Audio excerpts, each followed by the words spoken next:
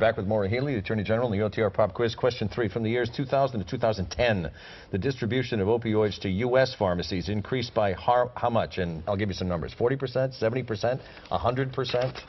Well, I know the number of prescriptions has quadrupled in that time. Yeah, so that's a fair answer. At least 100 is probably far more than that. I think maybe more. Question 4. What country is the largest producer of opioids, providing 93% of the world's market? What country is the largest producer of them? Of opioids? Of opioids.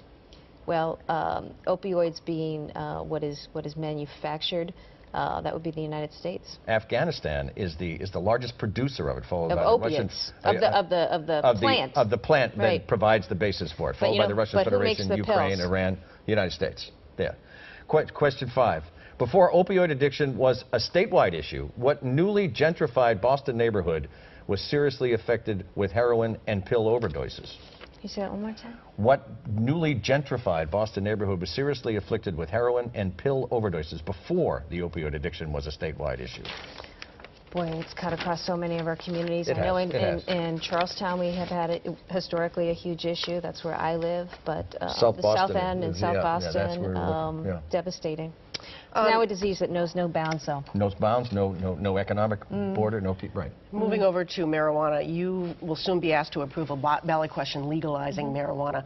We know that you are opposed to legalization. What assurances can you give the proponents of that ballot question that you'll rule on their question fairly? It's my job.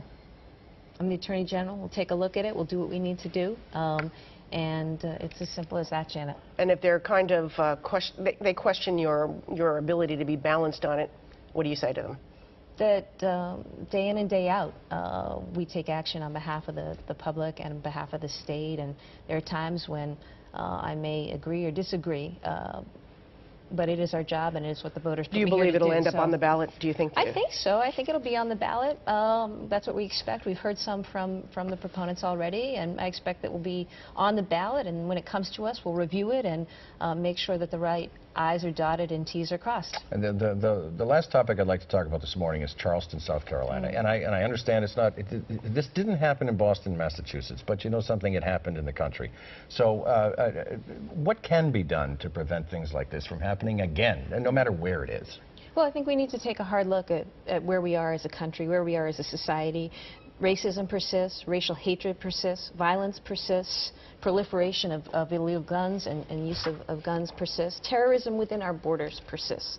A decision by the Supreme Court today saying that it's right and fair that we look at racial disparities and have the tools to address that is important in housing and employment, in education and in health care. We need to face the reality of what it is that led to Charleston.